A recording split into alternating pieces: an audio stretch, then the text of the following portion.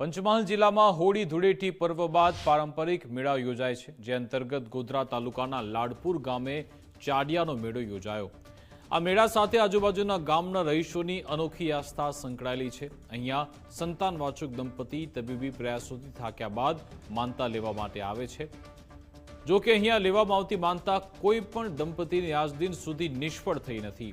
મેળાની ખાસ વિશેષતા એ છે કે અહીંયા હજારોની સંખ્યામાં જનમેદની એકત્રિત થતી હોવા છતાં પોલીસ બંદોબસ્તની જરૂર નથી પડતી। ગામમાં જ સ્વયંસેવકો દ્વારા સમગ્ર મેળામાં વ્યવસ્થા જાળવવામાં આવે છે, તેમ છતાં આજ દિન સુધી કોઈ અનિચ્છનીય ઘટના નથી બની। ગોધરા તાલુકાના લાડપુર મુકામે આજ રોજ ચાડિયાના ભવ્ય મેળાનું આયોજન કરવામાં આવ્યું હતું।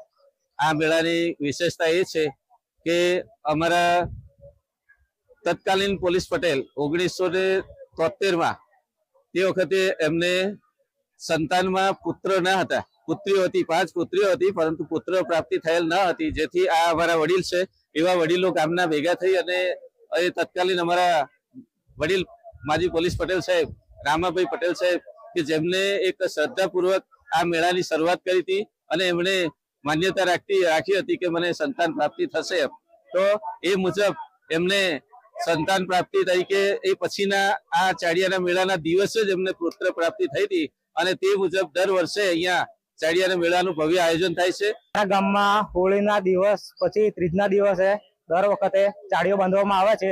એ ચાડીઓ ત્યારે બાંધે છે કે જેને સંતાન પ્રાપ્તિ ના થતી હોય, પુત્ર પ્રાપ્તિ ના થતી હોય, એ લોકો ચાડીઓ બાંધે છે અને એમની માનતા જે ચાડીઓ બાંધે છે એમની માનતા સફળતાપૂર્વક પૂર્ણ થાય છે અને બહુ વખત એવું બન્યું છે કોઈની માનતા નિષ્ફળ ગઈ નથી અત્યાર સુધીમાં।